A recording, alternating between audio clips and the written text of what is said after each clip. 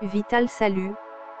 Bienvenue sur notre nouvelle chaîne YouTube consacrée à la santé et au bien-être. Aujourd'hui, nous allons parler des maladies courantes dans nos pays, leurs symptômes et leurs facteurs de risque.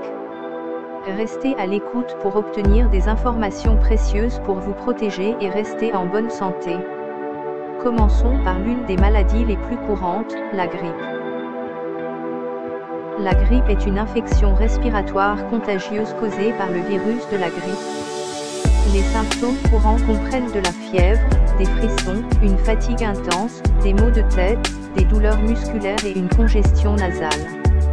Les personnes âgées, les jeunes enfants et les personnes ayant un système immunitaire affaibli sont plus à risque de complications graves.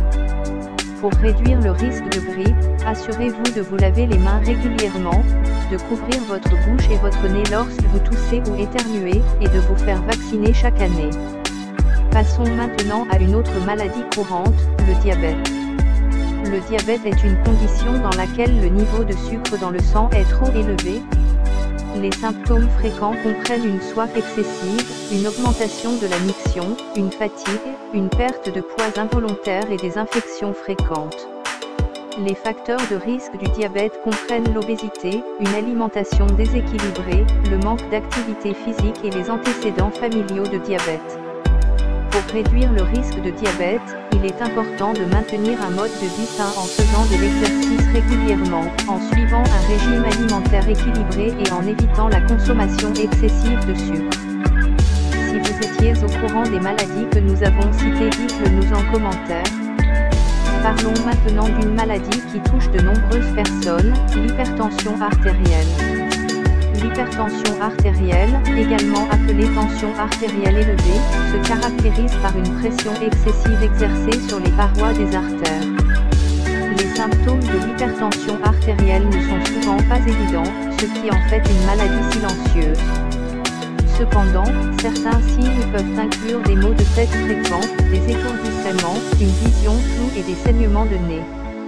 Les facteurs de risque de l'hypertension artérielle comprennent l'obésité, le tabagisme, la consommation excessive de sel, le stress et l'hérédité. Pour prévenir l'hypertension artérielle, il est essentiel de maintenir un poids santé, de faire de l'exercice régulièrement, de réduire la consommation de sel et de gérer le stress. Enfin, parlons d'une maladie très répandue, les maladies cardiovasculaires.